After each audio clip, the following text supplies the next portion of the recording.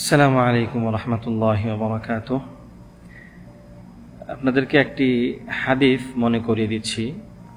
হাদিসটি বুখারীর ঈমান অধ্যায়ের হাদিস, অত্যন্ত মাশহুর হাদিস, এবং এর ফায়দা আপনার আমার জীবনে প্রতিনিয়ত এর ফায়দাগুলো আমরা অনুভব করতে পারি আমাদের জীবনে। হাদিসটি হচ্ছে, হাদিসের যে মূল মাতান তা হচ্ছে এমন: সালাসুম মান কুন্না ফীহি ওয়াজাদা হালাওয়াতাল ঈমান। তিনটি গুণ বা তিনটি বিষয় যার মধ্যে থাকবে সেই ঈমানের স্বাদ পাবে। আপনি ঈমানের স্বাদ পাবেন যদি তিনটা জিনিস আপনার মধ্যে থাকে। সেই তিনটা জিনিস কি? প্রথমত, এক নাম্বার হচ্ছে আইয়াকুনাল্লাহ ওয়া রাসূলুহু আহাব্বা ইলাইহি মিম্মা সিওয়াহুমা। আইয়াকুনাল্লাহু ওয়া রাসূলুহু আহাব্বা ইলাইহি মিম্মা সিওয়াহুমা, যে আল্লাহ এবং তার রাসূল সাল্লাল্লাহু আলাইহি ওয়াসাল্লাম তার নিকট অন্য সকল কিছুর চেয়ে বেশি প্রিয় হতে হবে।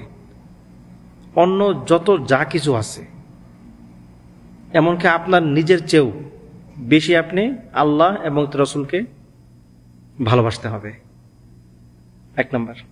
দ্বিতীয় হচ্ছে ওয়া ইউহিব্বাল মারআ লা ইউহিব্বুহু ইল্লা লিল্লাহ, এবং আপনি অন্য কাউকে ভালোবাসবেন, কোনো সৃষ্টিকে বা কোনো ব্যক্তিকে আপনি ভালোবাসবেন শুধুমাত্র আল্লাহ তাআলার জন্য।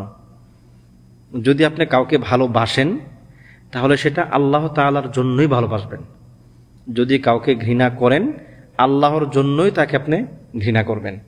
অর্থাৎ আপনার ভালোবাসা এবং ঘৃণাটা হবে কি? আল্লাহ তাআলার সঙ্গে সম্পৃক্ত, অন্য কারো ক্ষেত্রে।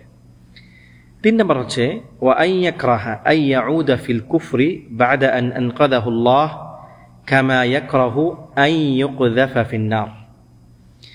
সে আল্লাহ তাআলা তাকে কুফর থেকে রক্ষা করার পরে, কুফর থেকে বাঁচিয়ে রাখার পরে আবার কুফরে ফিরে যাওয়াকে আগুনে নিক্ষিপ্ত হওয়ার মতো অপছন্দ করে।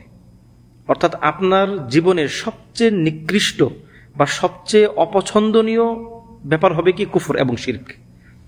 আল্লাহ তাআলার সঙ্গে কুফর এবং শিরককে আপনি সবচেয়ে বেশি অপছন্দ করবেন। আপনি নিজের মরে যাওয়াটা আপনি যতটা অপছন্দ করেন তার চেয়ে বেশি আপনাকে অপছন্দ করতে হবে শিরক, কুফরকে। তাহলে এই তিনটা জিনিস যদি থাকে তাহলে বিইজনিল্লাহ আপনি ঈমানের স্বাদ পাবেন। ঈমানের স্বাদ পাওয়া মানে কি? ঈমানের স্বাদ পাওয়া মানে আপনার ভিতরে যে ঈমান আছে আপনি এর মিষ্টতা অনুভব করবেন। আপনি ইবাদত করে মজা পাবেন, ইবাদত করতে আপনার আগ্রহ বাড়বে। যখন ইবনে তাইমিয়া রাহিমাহুল্লাহ যখন তিনি বলেছেন, যখন তুমি ইবাদত করে স্বাদ পাও না তখন তুমি তোমার নিজেকে অপবাদ দাও, মানে তখন তুমি তোমার ঈমান নিয়ে একটু রিভাইজ করো যে তোমার ঈমান ঠিক আছে কিনা। কারণ যখন কোনো ব্যক্তির ঈমান ঠিক থাকবে তখন ওই ব্যক্তি তার ইবাদতে মজা পাবে, স্বাদ পাবে। এই স্বাদ বিভিন্ন মানুষ ভেদে কম বেশি হতে পারে। কেউ বেশি স্বাদ পাবে, যার ঈমানের জোর যত বেশি, কেউ কম পাবে। বাকি ঈমানের মৌলিক অবস্থানটা আপনার মধ্যে যতটা বেশি হবে আপনি ইবাদতে স্বাদ তত বেশি পাবেন। দেখুন, এই যে তিনটা বিষয়, ঈমানের স্বাদ পাওয়ার জন্য তিনটা বিষয়ই ভালোবাসার সঙ্গে সম্পৃক্ত।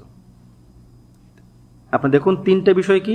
ভালোবাসার সঙ্গে সম্পৃক্ত। এই জন্য ইবনে কাইয়িম রাহিমাহুল্লাহ বলেন, এরকম মানে আরো অনেক উলামায়ে কেরাম, অনেক আইম্মায়ে কেরাম বলেছেন যে আসলে দিনটাই হচ্ছে ভালোবাসা। আবার ওই দিন ভালোবাসা বলতে অন্যের জন্য না, আল্লাহ তাআলার জন্য ভালোবাসা। আল্লাহ তাআলাকে ভালোবাসা, আল্লাহ তাআলার দিনের জন্য ভালোবাসা। এই যে ভালোবাসার সম্পর্ক আল্লাহ তাআলার সঙ্গে, এই সম্পর্কটা আপনাকে অনেক অনেক অনেক উপরে নিয়ে যাবে।